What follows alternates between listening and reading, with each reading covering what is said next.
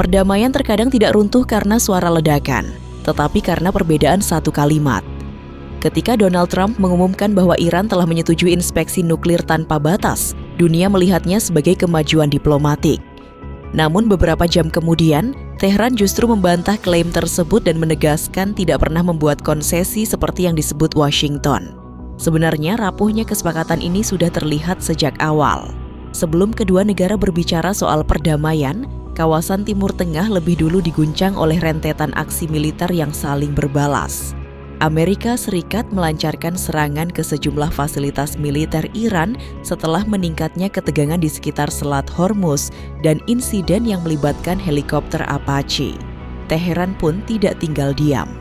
Iran merespons dengan meluncurkan rudal dan drone yang diklaim menargetkan pangkalan-pangkalan militer Amerika di Bahrain, Kuwait, dan Yordania. Pada saat yang sama, kelompok-kelompok yang tergabung dalam poros perlawanan juga meningkatkan tekanan terhadap kepentingan Amerika dan Israel. Apakah ini benar-benar menjadi titik balik menuju perdamaian, atau justru menandakan bahwa strategi tekanan militer Washington gagal memaksa Iran menerima syarat-syarat yang diinginkan Amerika? Di balik meningkatnya ketegangan, Iran bersama sejumlah elemen poros perlawanan juga menampilkan berbagai sistem persenjataan yang menjadi perhatian. Salah satunya adalah bom pintar Gaset yang digunakan dalam operasi bertajuk Ghosts of Zagros. Meski kembali menjadi sorotan, Gaset sebenarnya bukan senjata baru. Pengembangannya telah dimulai sejak era 1990-an dan terus berevolusi melalui beberapa varian seperti G1, G2, dan G3.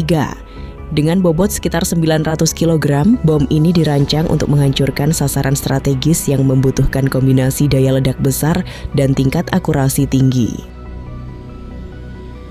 Sementara itu, Kausar 222 memiliki fungsi yang berbeda. Jika Gaset ditujukan untuk menyerang target di darat, Kausar 222 merupakan rudal pertahanan udara yang dirancang menghadapi drone, helikopter, serta pesawat yang terbang pada ketinggian rendah. Namanya kembali mencuat setelah sejumlah sumber tidak resmi di Iran mengklaim rudal tersebut berhasil menjatuhkan helikopter Apache Amerika yang sedang beroperasi di kawasan Taluk. Hingga kini klaim tersebut belum memperoleh verifikasi independen. Terlepas dari benar atau tidaknya klaim itu, kemunculan Kausar 222 menunjukkan arah pengembangan militer Iran yang semakin fleksibel. Rudal ini dapat dioperasikan dari peluncur bergerak, termasuk kapal serang cepat, sehingga memungkinkan sistem pertahanan udara mengikuti pergerakan pasukan di medan tempur. Dalam beberapa latihan militer yang dipublikasikan Iran, Kausar 222 juga terlihat digunakan untuk menghadapi drone dan sasaran udara berkecepatan tinggi. Di antara berbagai rudal yang dikaitkan dengan operasi Iran, Khaybar Shekan menjadi salah satu yang paling menonjol. Rudal balistik berbahan bakar padat ini diperkenalkan kepada publik pada 2022 sebagai bagian dari generasi baru persenjataan pasukan Garda Revolusi Islam. Dengan panjang sekitar 11 meter, diameter hampir 80 cm, dan jangkauan lebih dari 1.400 km, rudal ini dirancang untuk menyerang sasaran strategis dari jarak jauh dengan tingkat akurasi yang lebih tinggi. Beberapa laporan menyebut Khaybar Shekan digunakan dalam serangan ke fasilitas militer Israel, termasuk pangkalan udara Ramat David yang dilaporkan mengalami kerusakan pada area hanggar. Yang membuat rudal ini mendapat perhatian bukan semata-mata jarak tempuhnya. Penggunaan bahan bakar padat membuat waktu peluncurannya jauh lebih singkat dibanding rudal berbahan bakar cair. Sementara kemampuan bermanuver saat mendekati sasaran dirancang untuk mengurangi peluang dicegat oleh sistem pertahanan seperti THAAD maupun Arrow. Selain mengandalkan rudal generasi baru, Iran juga masih mengoperasikan Ghadr, rudal balistik yang telah menjadi bagian penting dari kekuatan strategisnya selama bertahun-tahun. Rudal yang dikembangkan dari keluarga Shahab ini memiliki panjang sekitar 15 hingga 16 meter dengan jangkauan yang diperkirakan melampaui 1.500 km, memungkinkan sasaran jauh di luar wilayah Iran tetap berada dalam jangkauannya. Keunggulan Ghadr tidak hanya terletak pada daya jelajahnya. Beberapa variannya dilaporkan mampu membawa hulu ledak submunisi.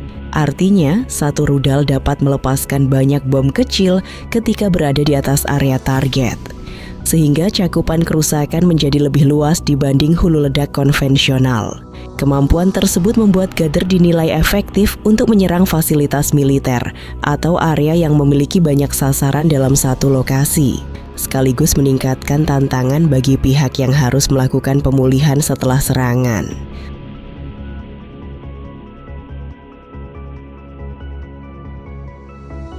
Selain terus mengembangkan rudal balistik, Iran mulai memperkuat pertahanan udara lapis bawah melalui GM-118.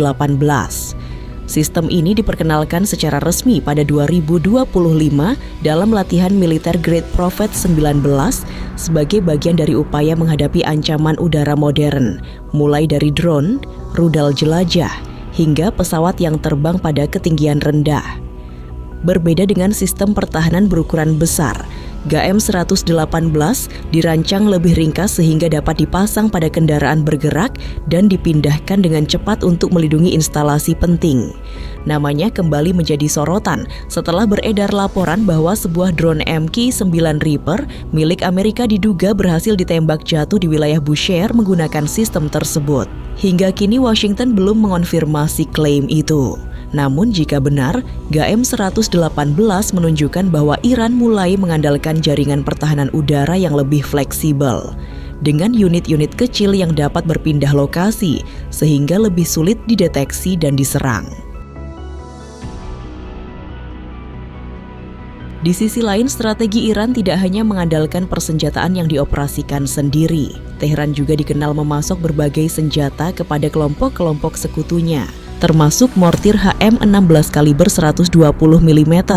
Dalam sejumlah laporan, senjata ini disebut digunakan oleh Hezbollah saat menyerang posisi militer Israel di kawasan Ainata, dekat perbatasan Lebanon dan Israel. Meski tidak memiliki jangkauan sejauh rudal balistik, HM-16 dirancang untuk memberikan dukungan tembakan dalam pertempuran jarak dekat hingga menengah. Mortir ini menggunakan amunisi HE-LR atau High Explosive Long Range yang memungkinkan proyektil menjangkau sasaran lebih jauh dibanding mortir konvensional. Di berbagai konflik modern, mortir kaliber 120 mm dikenal efektif untuk menyerang parit pertahanan, pos pengamatan, kendaraan ringan, maupun konsentrasi pasukan, karena mampu memberikan daya gempur tinggi hanya beberapa menit setelah target teridentifikasi.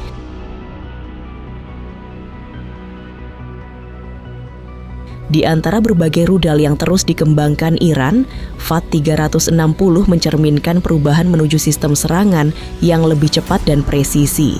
Rudal ini merupakan bagian dari keluarga Fateh, lini rudal yang selama beberapa tahun terakhir menjadi salah satu andalan Teheran dalam kemampuan serangan taktis. Namanya kembali menjadi perhatian setelah beredar laporan bahwa Hezbollah menggunakan rudal berpemandu dari keluarga Fateh untuk menyerang pangkalan Angkatan Laut Israel di Haifa. Walaupun rincian resminya masih terbatas, laporan tersebut memperlihatkan bahwa teknologi rudal Iran kini tidak hanya berada di tangan militer reguler, tetapi juga telah menjangkau kelompok-kelompok sekutunya. Fatah 360 sendiri menggunakan bahan bakar padat dengan dimensi yang relatif ringkas, sekitar 5 meter panjangnya dan berbobot hampir 1 ton.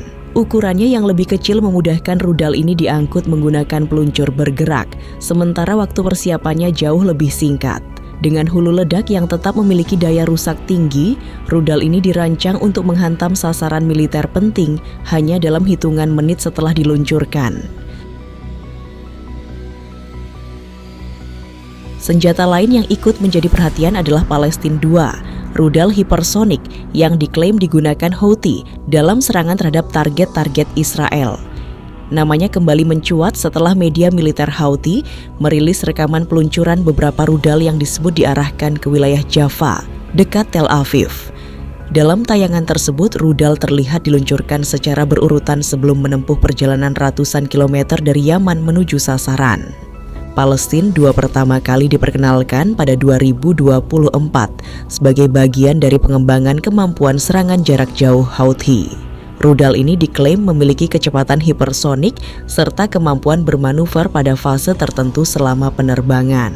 Karakteristik tersebut membuat lintasannya lebih sulit diperkirakan dibanding rudal konvensional, sehingga memberi tantangan tambahan bagi sistem pertahanan udara yang harus mendeteksi, menghitung, dan mencegatnya dalam waktu yang sangat singkat. Jika berbagai laporan tersebut terbukti akurat, dampak konflik ini tidak hanya terlihat dari kerusakan di medan perang, tetapi juga dari besarnya biaya yang harus ditanggung kedua pihak. Amerika Serikat dilaporkan kehilangan sejumlah aset penting, mulai dari radar strategis, komponen sistem THAAD, fasilitas komunikasi satelit, hingga sebuah jet tempur F-15. Total kerugiannya diperkirakan mendekati 2 miliar dolar. Di sisi lain, Israel juga menghadapi tekanan finansial yang besar. Biaya operasi militer harian mencapai ratusan juta dolar, ditambah kerusakan infrastruktur dan meningkatnya anggaran pertahanan yang membuat nilai kerugian konflik diperkirakan telah menembus belasan miliar dolar. Situasi ini memperlihatkan bahwa strategi Iran tidak semata-mata bertumpu pada kemampuan rudal atau drone. Teheran juga mengandalkan jaringan poros perlawanan untuk membuka banyak front secara bersamaan, sehingga lawan dipaksa mengeluarkan biaya yang terus meningkat demi mempertahankan posisi mereka. Semakin lama konflik berlangsung, semakin besar pula tekanan ekonomi dan politik yang harus ditanggung. Menariknya, sebagian besar kemampuan tersebut justru berkembang ketika Iran berada di bawah sanksi internasional selama bertahun-tahun. Keterbatasan itu mendorong Teheran memperkuat industri pertahanan dalam negeri dan mengurangi ketergantungan pada pasokan luar. Kini ketika mulai muncul kabar mengenai kemajuan pembicaraan antara Iran dan Amerika Serikat, termasuk isu pelonggaran sanksi dan upaya menurunkan eskalasi, pertanyaan yang tersisa adalah, apakah kawasan benar-benar sedang menuju fase yang lebih stabil, atau ini hanya jeda singkat sebelum ketegangan kembali meningkat?